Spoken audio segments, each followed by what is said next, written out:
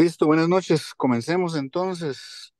Buenas Hoy don noches. Mario anda fuera de la ciudad, en un lugar donde tiene mala cobertura, así que de nuevo les tocó adelantar purgatorio y yo les daré la charla. Así que comencemos con un Ave María. Dios te salve María, llena eres de gracia, el Señor es contigo. Bendita tú eres entre todas las mujeres y bendito es el fruto de tu vientre Jesús.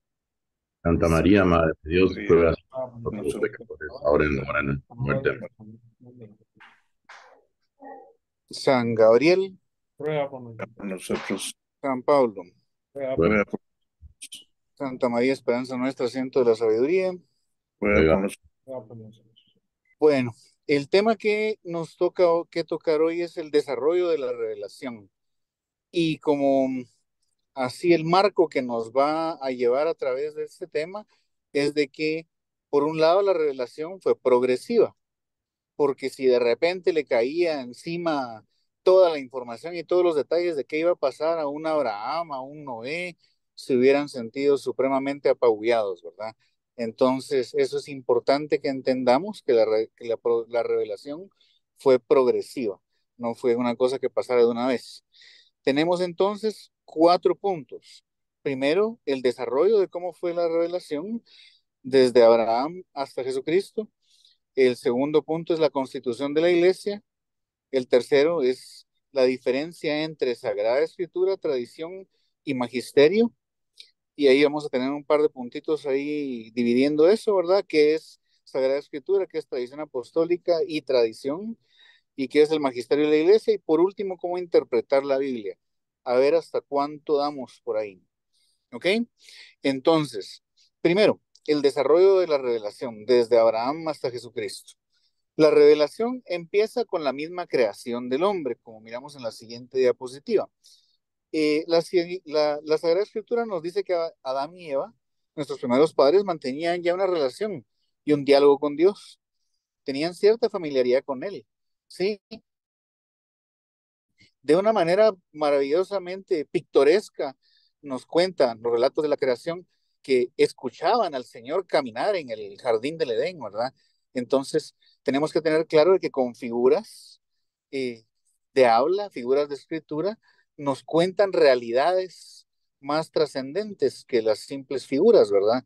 Yo les he mencionado ese dicho de que cuando el hombre sabio apunta a la luna, el hombre tonto solo se fija en el dedo. Entonces, muchas de estas realidades que nos cuenta el Génesis apuntan hacia realidades superiores con imágenes entendibles para las personas del día de hoy como para las personas de hace 5.000 años, ¿verdad? Entonces ya había cierta familiaridad con él. Habían sido creados para vivir en comunión con Dios. Esa era la razón para la que fueron creados nuestros primeros padres.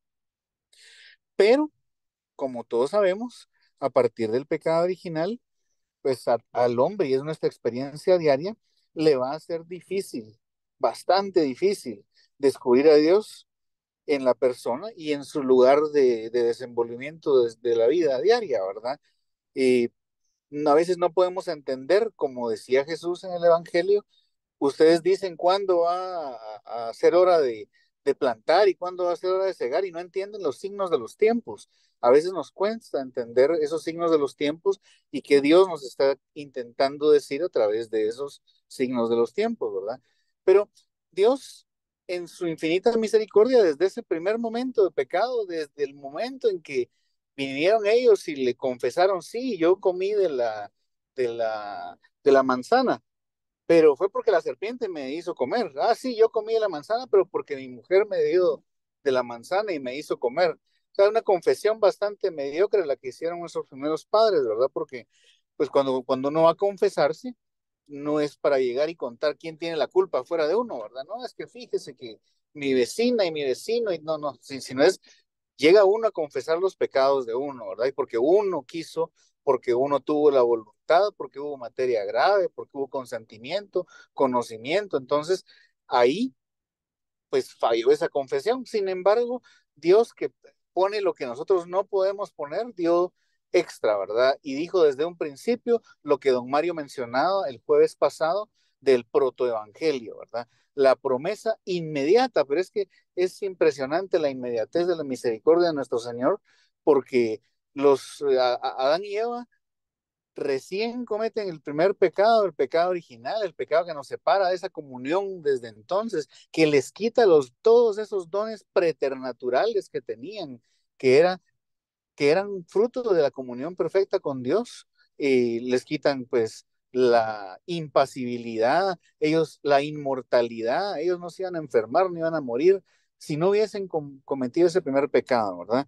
Pero desde ese primer momento, Dios manifiesta su misericordia, llega más allá de lo que podríamos haber esperado y les dice que el pecado en algún momento del futuro iba a ser vencido por la descendencia de la mujer, ¿verdad? De la descendencia de Eva, refiriéndose precisamente a, a Jesucristo y también refiriéndose de pasada a María, ¿verdad? En la encíclica Redentoris Mater, precisamente San Juan Pablo el Grande hablaba de esa situación, de esa promesa y de la mención de la nueva Eva, ¿verdad?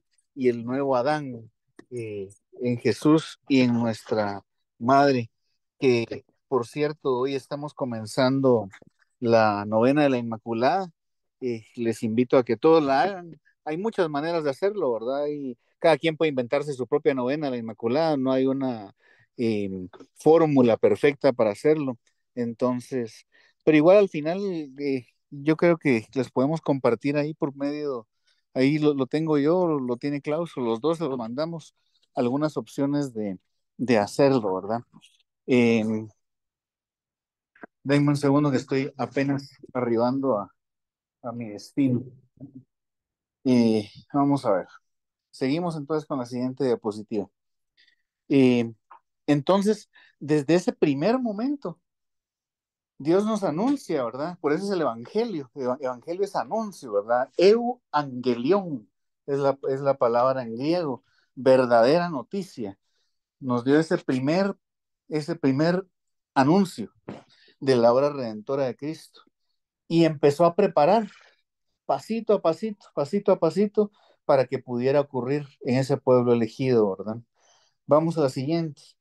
Entonces, la Biblia en estos relatos de los orígenes, como mencionaba hace un ratito, no pretende narrar con detalle los acontecimientos históricos, ¿sí?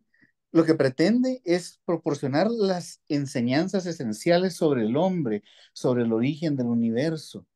No está pretendiendo enseñar cómo se originó científicamente el universo. No lo hubieran entendido en ese entonces nuestros pues antecesores, ¿verdad? Hace 5.000 años no hubieran entendido que pues lo que hoy medio entendemos, de que es muy posible que haya habido un Big Bang, que fue una teoría de un sacerdote católico que se llama Georges Lemaitre, y que era amigo de Einstein y que al final convenció a Einstein precisamente de que sí, de que lo más probable era que haya habido un Big Bang, ¿verdad? ¿Y por qué no le gustaba a Einstein originalmente esa idea? Porque se parecía demasiado al relato de la creación en el Génesis. En un principio, Dios creó la luz, ¿verdad? Porque lo primero que pasó fue una gran explosión y entonces a él le parecía que era como una teoría demasiado, eh, pues, demasiado católica. Y al final, científicos rusos llegaron a probar las huellas de radiación de esa primera explosión, ¿verdad? Entonces, eh, son figuras en las que nos están contando verdades esenciales sobre el hombre y en particular el hombre en relación con Dios. Eh, Son expresadas en imágenes, en narraciones. No podemos decir, no, fue en 6 días y el séptimo día descansó. No, no, no. Hay quienes que son fundamentalistas del libro, ¿sí? Los fundamentalistas, pues nosotros no somos fundamentalistas porque decimos junto con Santo Tomás de Aquino que la verdad venga de quien venga, viene del Espíritu Santo. Entonces, si alguien llega a comprobar de alguna manera científica que el Big Bang fue de X y Y manera, etcétera, pues perfecto, perfecto, pues esa es la verdad. la verdad, venga de quien venga, viene el Espíritu Santo. El fundamentalista no, el fundamentalista le diría, oye, no puede ser, porque eso no está escrito en la Biblia. El fundamentalista le diría, oye, esos huesos de dinosaurio, si pueden poner su micrófono en mute, se los agradecería mucho. Esos huesos de dinosaurio, de seguro fueron plantados ahí por el diablo para engañar al ser humano, porque en la Biblia no aparecen los dinosaurios. No, pues en la Biblia tampoco aparece Tokio, ni Beijing, ni Guatemala, y esas tres cosas existen, ¿verdad? O sea, en la Biblia tenemos toda la información necesaria para nuestra salvación, y no existe, o sea, no es que vayamos a tener ahí toda la información científica o histórica del desarrollo de la humanidad. En la siguiente diapositiva miramos que también en la Biblia podemos encontrar historias yuxtapuestas. Y ustedes lo pueden ver cuando ojeen su Biblia y abran Génesis y pueden leer en Génesis 1 la historia de la creación, la tradicional historia de la creación en 7 días, ¿verdad? Y Dios creó en el primer día la luz y la oscuridad y separó la luz de las tinieblas y fue la tarde y la mañana el día primero y así. Y así sigue hasta el sexto día en que creó al hombre y el séptimo día descansó. ¿Sí? Eso lo diría el fundamentalista, pero nosotros, insisto, no somos fundamentalistas, sino que eh, donde miren ahí muchas veces el ista o ismo es una exageración de algo, ¿verdad? Por ejemplo, eh, cuando dicen cientificismo, ¿verdad? Racionalismo, fideísmo. El que solo se basa en la fe está perdido, ¿verdad? El que solo se basa en la razón también está perdido. Realmente tiene que haber un, como decía Aristóteles, virtus in medio, ¿verdad? Un balance bueno. Entonces, la Biblia no tiene ningún problema y los judíos y los primeros cristianos y todo el magisterio de la iglesia nunca ha tenido problema en yuxtaponer historias que pudieran parecer contradictorias, ¿sí? Por ejemplo, la primera historia de la creación dice que fue en 7 días y habla primero de la creación de los árboles y la vegetación y hasta de último de la creación del ser humano. En cambio, en la segunda narrativa de la creación, en Génesis 2 se habla de que el hombre fue puesto para cultivar, para trabajar el jardín y que él le iba a poner el nombre a las nuevas especies de animales y de plantas, ¿verdad? Entonces, como que son historias que si las queremos aceptar hacia el pie de la letra, mm, sería algo difícil. Lo que realmente importa es de que son verdades como la de la luna. El hombre sabio señala a la luna, el hombre tonto mira solo el dedo. Entonces, pasemos a la siguiente. De esa manera, al yuxtaponer esas historias, podemos extraer numerosas enseñanzas de los diferentes relatos bíblicos de los orígenes, sin necesidad de pensar que todo exactamente sucedió así. No es tampoco, por ejemplo, el hecho de que Matusalén viviera 900 años y de que Enoch viviera pues 670. ¿Sí me explico? Ese tipo de cosas tal vez también son una manera en la que a través de la tradición oral, que fue el origen de las escrituras inicialmente, podía uno decir, no, es que él vivió muchísimos años, y como cuántos, abuelito, como cuántos, como 600. No, y de ahí cuando el niño se lo contaba al nieto, ¿y como cuántos, abuelito? No, pues como 800. ¿Sí me explico? O sea, simplemente están dando una imagen de abundancia, de salud, de bienestar. Entonces, tenemos que entenderlo en ese contexto.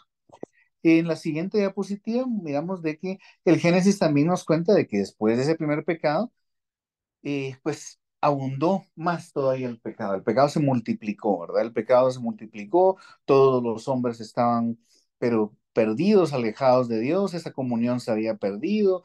Había quienes aún eh, clamaban a Dios y entre ellos se puede encontrar a varios de los descendientes de Adán, ¿verdad? Incluso el caso de Enoch, que es uno de los que cuenta la Biblia que fue llevado con Dios, ¿verdad? Entonces, eh, y cuenta también el libro de sabiduría sobre esos primeros hombres que estuvieron siempre intentando conseguir esa comunión con Dios, ¿verdad? Entonces, debido a esa abundancia, a esa sobreabundancia de pecado, vino el diluvio, ¿verdad? Que fue una manera en que Dios purgó a la humanidad, dejando únicamente a la familia de Noé, que se salvó debido a haberse comportado con justicia y a través de ellos hizo la primera alianza con toda la creación. ¿Se recuerdan de todas las veces que mandaba a la paloma a buscar algo y cuando vino con una ramita de olivo y después de ciento no sé cuántos días al fin se bajaron del arca y pisaron tierra firme, hizo un sacrificio Noé y su familia y apareció un arco iris, ¿sí? Eso simbolizaba la primera alianza que Dios hacía con los hombres, con la humanidad en general, ¿sí? Todavía no con un pueblo específico, todavía no con una religión en específico, sino con todos los hombres. Entonces, y aquí viene algo que es un tema muy querido para mí, el tema de la guerra semántica, ¿sí? La guerra semántica de semeion, símbolos, es algo bien delicado porque ese símbolo del arco iris era el símbolo de la alianza con Dios de que jamás iba a volver a destruir la tierra para castigar por los pecados. Y es un símbolo que ha sido secuestrado. Nos lo secuestraron y nos lo dejamos secuestrar. Entonces nosotros tenemos que estar conscientes de esas guerras semánticas que ocurren todo el tiempo. Y pues esa es una de las cosas, ¿verdad? Pero por ejemplo en la gala del Met, del Museo Met, hace no sé cuántos, creo que 3 o 4 años, era precisamente acerca de tiaras papales y vestimentas de obispos. Y todos los invitados llegaron vestidos de papas y sacerdotes y obispos. Terrible, terrible. ¿Por qué? Porque están secuestrando el simbolismo profundo de algo, ¿verdad? Entonces, no dejemos que pase eso. La guerra semántica es cambiar el significado de los símbolos. Por ejemplo, pasa con palabras. Cuando dicen interrupción del embarazo, eso es puro cuento, porque un interruptor apaga y enciende, y si se apaga lo puede volver a encender. Entonces, no es una interrupción del embarazo, es una terminación, es un asesinato. Sí, entonces, cuidado con los símbolos, ¿verdad? Y el símbolo del arco iris aquí viene al caso porque pues, fue con el que Dios hizo la primera alianza con toda la creación, con todos los seres humanos. Pasemos a la siguiente. Entonces, te brincaste una. Eh, Dios sabía que aunque el corazón del hombre estaba inclinado al pecado, por ese fumus, ese fomes peccati, ¿verdad? Que queda, a pesar de que pueda haber arrepentimiento, todos nosotros lo experimentamos a pesar de que ya fuimos bautizados, a pesar de que somos personas de comunión y confesión frecuente, el fomes peccati, la atracción que tiene el pecado hacia el hombre, siempre va a existir. Es consecuencia del pecado original. Dios lo sabía, Dios conoce el corazón del hombre. Pero a pesar de eso, Dios define. A veces ahí también es complicado porque el lenguaje humano no puede describir cómo son todas las cosas, particularmente las divinas, ¿verdad? Y entonces cuando en la Biblia dice, y Dios se arrepintió y Dios se enojó, le está poniendo características antropomorfas, ¿sí? Pero es una manera de explicarnos, es una manera de hacernos entender cómo es de que ocurrieron las cosas. No es de que Dios se arrepienta, Dios no se arrepiente de nada. Dios es perfecto, no tiene nada que arrepentirse. Dios no se enoja, pues, porque o sea, es impasible, no hay cambio en Dios, no pasa de acto a potencia nunca, porque Él es acto puro. ¿Sí me explico? Entonces, eh, y ahí también viene esa palabra, ¿verdad? Esa frase, ¿verdad? Se dio cuenta de que la creación valía la pena, se dio cuenta de que lo que creó era bueno, ¿sí? Pues no es de que se diera cuenta, él siempre lo sabía, ¿verdad? Él es omnisciente, lo supo siempre y lo sabrá siempre. Pero pidió, volvió a dar ese primer mandamiento.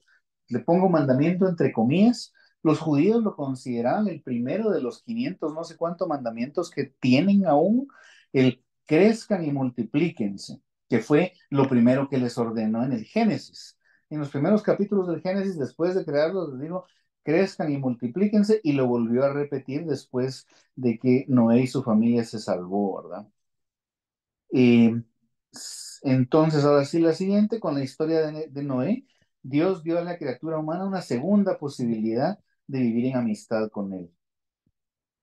Pero formalmente la historia de la salvación comienza despuesito, con el pacto formal que hizo Dios con Abraham, porque ahí ya encontramos una vocación, una respuesta positiva a esa vocación. Y la vocación de Abraham es maravillosa, porque eh, es un hombre de mucha fe, ¿verdad? De mucha incertidumbre, que precisamente Dios le dice, bueno, yo te llevaré a un lugar, ¿verdad? Pero nunca le dice a dónde. Y simplemente lo va guiando y él va caminando y entonces llega al lugar. Pero él no sabía a dónde iba. Bien interesante eso. Eh, Porque hasta después, ¿verdad? Ya al final de su ruta le dice que va a ser la tierra de Canaán. Pero al principio de su llamado, cuando él le dice que sí, él camina y camina, sigue a Dios sin tener la certeza de hacia dónde lo va a llevar, teniendo esa confianza, ¿verdad? Adelante, eh, lo siento, mi estimado Klaus, ahí estamos, y ahí muestra un poquito este dibujo, ¿verdad? La historia de, de Abraham e Isaac, ¿verdad? Los judíos le llaman en hebreo esto la akeda, que es cuando Dios le había prometido a Abraham tener una descendencia innumerable como las estrellas del mar, las estrellas del cielo o la arena del mar, y, y ya en su ancianidad le da un hijo y le pide que se lo sacrifique y su único hijo, su amado hijo. Y entonces en el monte donde hoy está el muro de las lamentaciones, el monte donde estuvo el templo de Salomón, ahí lo lleva a sacrificar a su hijo, pero no lo sacrifica, lo para. Te me adelantaste una. Y no lo sacrifica, sino que lo para y le dice, no levantes la mano contra tu hijo. Y aparece un cordero ahí enredado por los cuernos y a ese sí lo sacrifican, que es otra maravillosa figura de Cristo, ¿verdad? O sea, Isaac iba cargando la propia madera con que lo iban a hacer holocausto. Cristo carga su cruz cuando sube el monte del Calvario, ¿verdad? Entonces, como que toda la historia de la salvación va revolviéndose ahí alrededor de Jerusalén, es muy bonito. Entonces, la siguiente diapositiva sí nos habla de cómo Abraham reconoció a Dios como su único Señor. Lo obedeció con gran fe y entonces en respuesta y en premio a esa obediencia y en premio a esa fe y en respuesta a todos esos dones que le había dado Dios y Abraham había correspondido, Dios lo constituyó como el padre de una multitud de naciones. Le cambió el nombre, ¿verdad? De Abraham a Abraham, que es precisamente eso, padre de una multitud de naciones. En la siguiente diapositiva miramos de que 2 generaciones más tarde, es decir, el nieto, es decir, el hijo de Isaac, el nieto de Abraham, Dios le hace cambiar su nombre también a Jacob. El cambio de los nombres es algo bien simpático, ¿verdad? Que ocurre a través de la Biblia. Y es como cuando precisamente Adán le pone los nombres a las diferentes especies de animales y de plantas, pues le está casi que definiendo su esencia, ¿verdad? Entonces, de la misma manera, cuando cambia el nombre de Abraham y de Sara, y cuando cambia el nombre de Jacob a Israel, le está cambiando un poquito su esencia. Cuando pelea antes de cruzar el Jordán precisamente y pelea con ese personaje que le disloca la cadera y por la que siempre va a andar cojeando después Jacob, le dice, tú te vas a llamar Israel porque has peleado contra hombres y contra Dios y no te han podido vencer. Entonces, se llama Israel y tuvo 12 hijos y una hija Dina y, y los 12 hijos fueron precisamente la fundación de ese pueblo de Israel por medio de las 12 tribus de Israel. Se recuerdan que uno de los 12 hijos fue vendido como esclavo a Egipto y, y pues pasaron ahí 400 años como esclavos eh, los, los, los israelitas. Pasamos a la siguiente. Pero llegó un faraón que no conocía a José. Cuando la Biblia dice que no conocía a José, se refería más o menos a como un faraón de la nueva dinastía, ¿sí? Las dinastías de faraones, cada una respetaba ciertas reglas, pero cuando cambiaban de dinastía, se olvidaban y ignoraban todo lo que había acordado la dinastía anterior. Y ese faraón desconoció, es decir, rechazó lo que le habían dado de privilegios a José y a su familia. Sin embargo, los dejó en el valle de Gosén, que se llama, que es un área muy fértil ahí en Egipto. O sea, José se llevó a sus hermanos y a su papá y a toda su descendencia a un lugar muy fértil en Egipto. La esclavitud en ese entonces, cuando uno piensa en esclavos, piensa más en la esclavitud en Estados Unidos, por ejemplo, y que hemos visto como más películas ahí, Raíces y todo eso, que fueron cosas tremendas, ¿verdad? Pero pero en el tiempo de esta esclavitud en Egipto no era tan así, era más como, más un tema como de trabajo a cambio de comida. Y lo que pasaba era de que el faraón era dueño de toda la tierra, de todo Egipto. Entonces les prestaba parte de tierra, como pasa muchas veces en los regímenes precisamente monárquicos, para que la hagan rendir y pues el que tiene una tierra más fértil le va mejor, etcétera, ¿verdad? Pero bueno, ya 400 años después viene la época de Moisés, en el que Moisés es rescatado de las aguas, que eso es lo que significa en hebreo Moshe, ¿verdad? Rescatado de las aguas, pero es criado por la familia del faraón de turno, que hay quienes lo identifican por ahí por la época de Ramsés. Pero si se dan cuenta, Ramsés, Tutmosis y todos esos tienen la misma raíz que Moisés. Sí, o sea, él fue criado como puro egipcio, como puro egipcio. Sin embargo, sabía que era judío. Y por eso cuando vio que estaban maltratando a uno de su pueblo, viene él y toma acción, ¿verdad? Entonces, después de 400 años, viene el Éxodo y dice, y Dios se acordó de su pueblo. ¿Acaso Dios se olvida? No, pues de nuevo volvemos a las figuras del aula, ¿verdad? Simplemente lo que ocurre es de que habían hecho varias cosas que no correspondían y era parte del plan que estuvieran en Egipto, pero los egipcios se pasaron también de abusos y Dios tomó acción para que su pueblo saliera de Egipto. Entonces, el Dios de Abraham y de los patriarcas, el Dios de Abraham, de Isaac, de Jacob, hizo maravillas para su pueblo ahí, ¿verdad? Las 10 plagas, todos recordamos las clásicas películas de Moisés en que se abre el mar rojo, o sea, una maravilla, ¿verdad? Lo liberó de la esclavitud de los egipcios y los egipcios con tal de que se fueran, dicen que les daban su joyería y tal para que se fueran, pero que se fueran porque ya habían pasado esas plagas y les había ido tan mal que mejor que se fueran. Entonces, Dios hizo una alianza en la siguiente con Moisés, la alianza del Sinaí, ¿verdad? eh, Hay un momento en que Dios les habla, y es que escuchen a Dios, les va a hablar directamente a ustedes. Y retumba la montaña y suena como una trompeta y se acercan a Moisés y les dice, no, dile a Dios que no nos hable, que nos vamos a morir, que nos hable a través tuyo. Y entonces ahí de nuevo renuncian a la comunicación directa, sino que por un intermediario se tenían que comunicar con Dios, ¿verdad? Es bien particular porque después de que, de que promulgan esa alianza, obviamente después de la primera vez que subió a los montes, al monte Sinaí y bajó y descubrió que estaban adorando al, al becerro de oro, que es un poquito eh, hilarante cómo explica a Aarón, pues yo tiré el oro ahí, se fundió y salió ese toro, pues. O sea, yo no tengo como mucho la culpa. Y volvemos al tema de las confesiones, así como a medias, ¿verdad? O sea, yo solo hice eso y no tengo mucha culpa. Y es una invitación a que aprovechemos este Adviento en particular para, pues, hacer una buena confesión, ¿verdad, muchachos? O sea, eh, analizar bien y no llegar a justificarnos a ese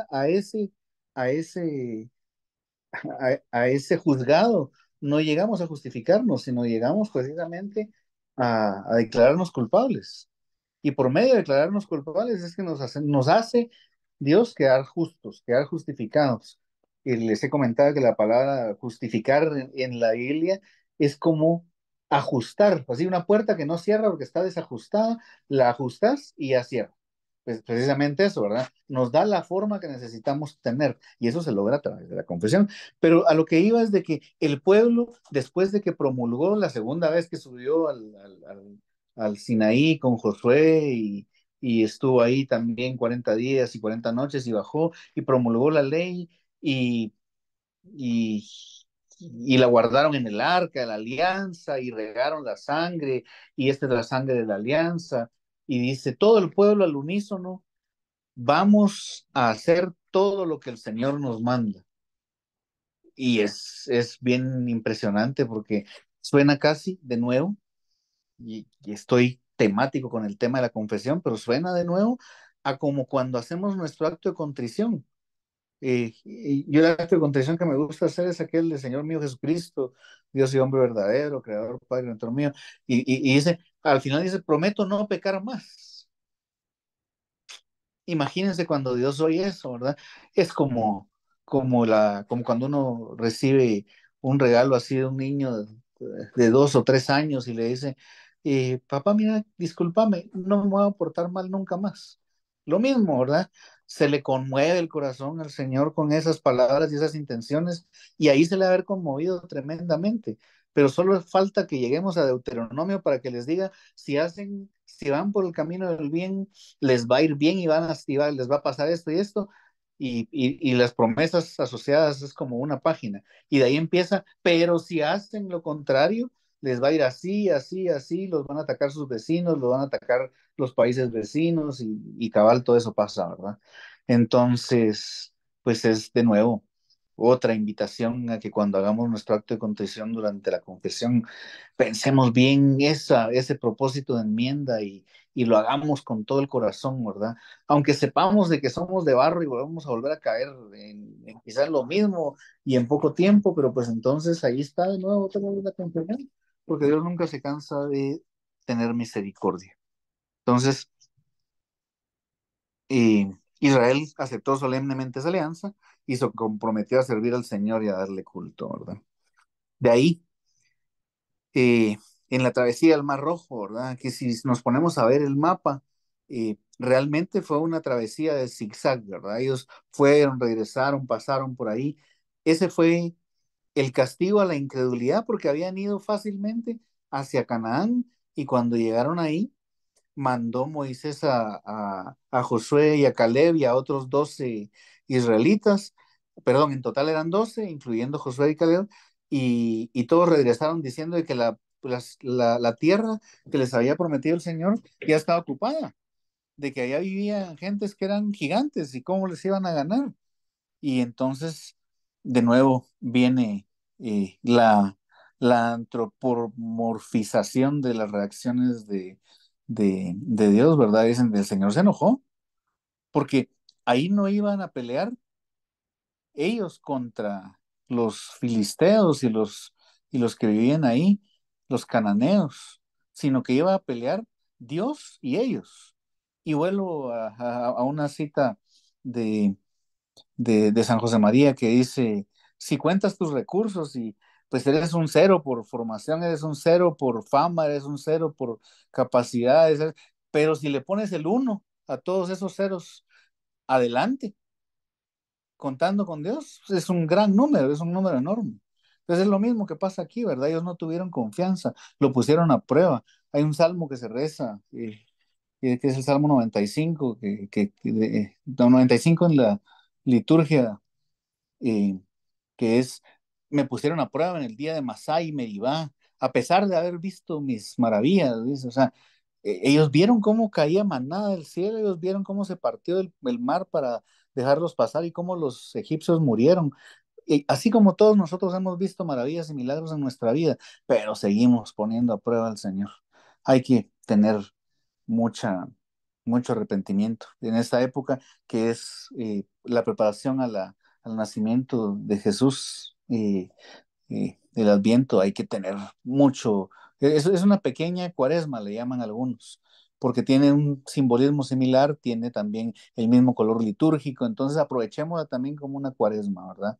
No es tiempo de andar malgastando la plata, no es tiempo de andar comprando como locos, no es tiempo de andar tomando como que sea también como un exceso, no, es tiempo de prepararse para la venida de Jesús, hay que tener cuidado. Entonces, en esa travesía, una y otra y otra y otra vez se vuelven a revelar, estábamos mejor en Egipto, allá comíamos más rico, allá había más carne, habían cebollas, no, que aquí estamos cansados, se nos está royendo la ropa, mejor regresamos. Y es es la experiencia que en un primer momento de conversión serio todos vivimos esa experiencia. No podemos ser precisamente jueces de estos israelitas infieles, porque nosotros somos chapines o seremos del país que seamos, pero también somos igual de infieles. Y entonces es bien delicado, porque y cuando uno primero se intenta convertir, esa metanoia que habla Jesús, y no dice, a la puchis, ahora cómo me está costando, ¿verdad? Antes conseguía más chances porque les daba mordidas a los que asignaban los trabajos, y ahora no puedo hacer eso porque pues no debería hacerlo y tal, y estaba mejor antes. O sea, esos pensamientos son tentaciones del diablo, muchas, son bien delicadas. Entonces, Israel experimentó una y otra vez y una y otra vez que Dios estaba con él. El agua, ¿verdad? Que los acompañaba, la carne cuando la necesitaban. ¿Y por qué? Porque Israel es su pueblo. Lo que mencionaba don Mario la semana pasada, la elección de Dios nunca cambia. Y mencionaba cuando le preguntaban sobre eso, la respuesta de don Mario la semana pasada me encantó porque también es una respuesta que da San José María en una tertulia, creo que en Venezuela. Viene y se levanta y le pregunta, y pues se le mira, es un judío con el sombrero y la barba larga y los rizos en la barba, y le dice, ¿puedo hacer una pregunta, padre? Sí, con todo y barbas, le dice. Ah, sí, pues esa es la pregunta que le quiero hacer. Mire, yo soy judío, le dice. Ah, excelente, le dice, fíjate que la persona que yo más amo en esta tierra y en cualquier lugar del universo es judío igual que tú, es Jesús. Y la segunda persona también es judía, María, su madre y mi madre. Pero dime, ¿cuál era tu pregunta? Ya no tengo nada que preguntarle, padre, le dice. Entonces, o sea, esa es la elección de Dios, ¿verdad? Él mismo formó de entre todos los demás pueblos y lo declaró ser un pueblo, un reino de sacerdotes y una nación santa. Pasa el tiempo, pasan los años, ¿verdad? Pasan los siglos.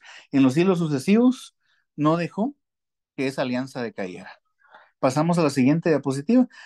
Sino que por medio de primero jueces y después profetas, guió a su pueblo a la esperanza de una salvación última y definitiva. La historia de los jueces también es bien interesante, ¿verdad? Que la conquista de la tierra prometida no fue algo que ocurrió de una vez y para siempre, sino que fue algo gradual, que ocurrió poco a poco. Y, y pues en cada época habían diferentes enemigos y habían diferentes peligros, y y tenían que enfrentarse a cada una de esas situaciones, igual que nosotros nos enfrentamos cada vez, cada día a diferentes tentaciones. Pero no nos quedamos solos, siempre estamos acompañados y, y pues Dios acompañó a su pueblo a través de ese tiempo y seguimos adelante. Cuando el pueblo perdía el camino y olvidaba su compromiso con la alianza, les mandaba profetas, les decía a través de los profetas, oigan, se están portando mal, lo que deben hacer es lo otro. Están adorando a dioses extranjeros, no están... Y bien curioso, ¿verdad? Porque pues, o sea, esa adoración que hubo idolátrica del becerro de oro, ¿verdad? Decía Scott Hahn de que el becerro de oro, el toro, simboliza pues lo mismo entonces que simboliza hoy, la fuerza, la potencia sexual en concreto y la abundancia de bienes materiales. ¿No les parece que como que el ser humano sigue intentando lo mismo después de todos esos miles de años? Es que el diablo es bien poco original, hombre. Pero bueno, ahí seguimos cayendo y levantándonos, y eso es lo que tenemos que seguir haciendo, cayendo y levantándonos. Entonces los profetas animaron y confortaron al pueblo en la esperanza, pero también le advirtieron de los peligros, porque a veces en época de Jeremías, por ejemplo, repetían esa frase, no, el templo de Dios, el templo de Dios, el templo de Dios. O sea, aquí no va a caer Jerusalén porque aquí está el templo de Dios. Pero si habían sido infieles, solo porque ahí estaba el templo de Dios, no iban a salvarse, ¿verdad? Entonces, si esa lección no era correspondida, se podía transformar en un juicio y en un castigo. Y eso es lo que ocurrió. Y, y en particular, en la siguiente diapositiva podemos mirar las dos cosas más grandes y desastrosas que le pasó al pueblo elegido en ese entonces, ¿verdad? La caída del reino del norte con la invasión de Babilonia y la caída del reino del sur, del reino de Judá, eh, en el 587 antes de Cristo. Eh, y el exilio, ¿verdad? Esa experiencia del exilio fue tremenda, pero fue también educativa, porque Dios cuando castiga enseña. Y, y ahí aprendieron de que Dios no era Dios solo en Jerusalén, no era Dios solo en Israel o en Judá, sino era Dios en todo el mundo y actuaba a través de incluso las personas que no creían en ellos, que no creían en él, perdón. Y, y viene y actúa, por ejemplo, a través de Ciro que los manda de regreso a Jerusalén. Decreta que todos los que habían sido movilizados por Babilonia de un pueblo hacia el siguiente para tenerlos deslocalizados de sus raíces, regresaran y les da funding para hacer un, un templo menos lujoso que el de Salomón, pero pues por lo menos pueden regresar, ¿verdad? Y ahí perdió Israel su autonomía como pueblo por 2000, bueno, 1900, no, no, mentira, por 2400 años aproximadamente, porque la volvió a ganar hasta después de la Segunda Guerra Mundial, ¿verdad? Y, y pues vivió desterrado en tierras ocupadas, primero por los babilonios, después por los griegos, después por los romanos, y, y no paró de estar ocupada, ¿verdad? Eh, pero como dice ahí, el Señor lo castigó, pero no lo abandonó. Yo creo que lo vamos a dejar hasta ahí porque ya estamos sobre la hora. Apuntemos la diapositiva en que estamos. ¿En dónde es que estamos? Estamos en la La 20 la diapositiva 25. 25. 25. Sí, terminamos la 25 y le tocará a don Mario la próxima semana la 26. Eh, abro los micrófonos por si hay alguna pregunta, comentario, anécdota, broma, queja o lo que sea. Y adelante, disparen. Mm. El silencio puede significar dos cosas, o todo quedó extremadamente claro o todo quedó absolutamente oscuro. O Yo, la yo, tercera te- incluso puede significar de que se durmieron todos. Pero pues, yo tengo una pregunta. Don adelante. Mario, don Mario nos explicaba la vez pasada que los judíos continúan siendo el pueblo elegido, o sea, los Sí, eligió Dios desde sí, antes y siguen siendo el pueblo elegido. sí. Eh, y explicó, pero la verdad es que se me olvidó, no me quedó muy claro, pero digamos que los católicos, ¿qué relación respecto a esa escogencia de Dios del pueblo elegido? ¿Los católicos somos pueblos elegidos? ¿Cómo se interpreta eso? Sí, lo que pasa es que los católicos no somos un pueblo como tal, ¿sí me explico? O sea, no somos un pueblo como los guatemaltecos o como los salvadoreños o como los costarricenses, sino que los católicos, el nombre católico significa universal precisamente, porque parte de la promesa que viene en las diapositivas siguientes es de que va a haber un tiempo en que van a venir de todos los pueblos a adorar al Señor, y eso somos nosotros. La realización de todas esas promesas se da en la Iglesia Católica. se da a través de Jesucristo. Hay un dicho latino muy viejo, dice, lo iba a decir en latín, pero ¿para qué? Eh, para confundirme nada más porque lo voy a decir mal. El Viejo Testamento se encuentra patente en el Nuevo y el Nuevo se encuentra latente en el Viejo. ¿Sí me explico? O sea, cuando Jesús vino, se hizo patente todas las promesas que habían antes que se referían a Él, y todas esas promesas solo se pueden entender si las miras analizándolas de qué se refieren a Él. ¿Sí? Es una relación biunívoca entre el nuevo y el viejo. Nosotros somos precisamente el pueblo de Dios, ¿sí? Pero el pueblo de Dios ya en todos los pueblos, regada en todos los pueblos. Ya no somos una nación específica, ya no somos una etnia específica, pero la elección de Dios es perpetua. No, no es de que se vaya a revocar. No se revocó eh, en el momento en que comenzó la iglesia, ¿verdad? Y la iglesia comenzó precisamente con 12 apóstoles, todos ellos judíos, ¿sí? Y con las mujeres que seguían a Jesús y atendían a los apóstoles, también judías. Y de ahí empezaron con los griegos y así se fueron expandiendo. Pero, pero esa elección sigue estando vigente porque las elecciones de Dios no cambian. Y también explicaba don Mario de que porque Jesús es judío. Y es importante el tiempo verbal ahí, ¿verdad? Porque, o sea, Jesús no fue un hombre que existió hace 2000 años, sino es hombre y Dios, y hoy existe y nos mantiene en la existencia de nosotros. Entonces, no es algo del pasado, sino es algo actual. Gracias.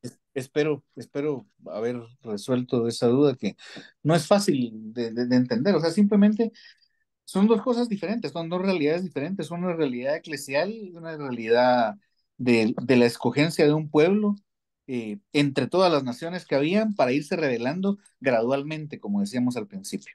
A las otras naciones no se reveló gradualmente. ¿Por qué? Porque pues no quiso, o sea, él puede hacer eso, ¿verdad?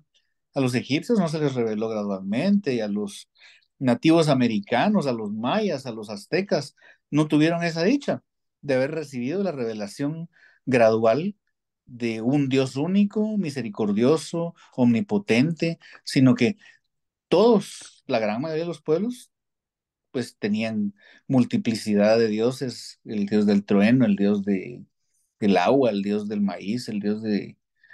Y, y pues a ellos los escogió para precisamente preparar la ruta, preparar el camino para que un día naciera entre ese pueblo su hijo único, se hiciera carne su hijo único. Entonces imagínate cómo no va a ser el pueblo elegido si Jesús es judío, si María es judía, si José es, bueno, ahí hay debate teológico, pero si José fue judío, pues Súper. Gracias. listo. ¿Alguien más? ¿Juan no está por ahí? ¿O no? No puede ser que no pregunte Juan algo, ¿no? ¿Qué pasó? ¿Qué tal? Buenas noches. Yo, yo tenía una duda, cabalmente, ¿Sí? no sé si este Juan era el que te referías, pero te pregunto. Y también, ¿no, compadre? Adelante, adelante. Mira, hablabas de la primera alianza entre Dios Noé, y la humanidad a través de Noé. sí.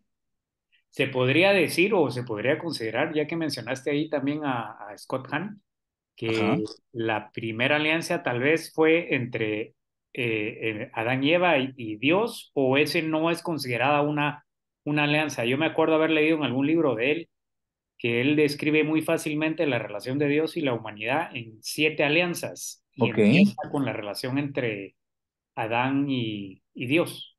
Ah, Adán no, y Eva pues y Dios, perdón. yo no soy quien para contradecir a Scott Hahn. Si él dice eso, muy probablemente sea una de las maneras de interpretarlo, pero sí. O sea, ahí había una alianza, de hecho, porque respetaba simple y sencillamente la naturaleza del ser humano que estaba creado para estar comunicado, para estar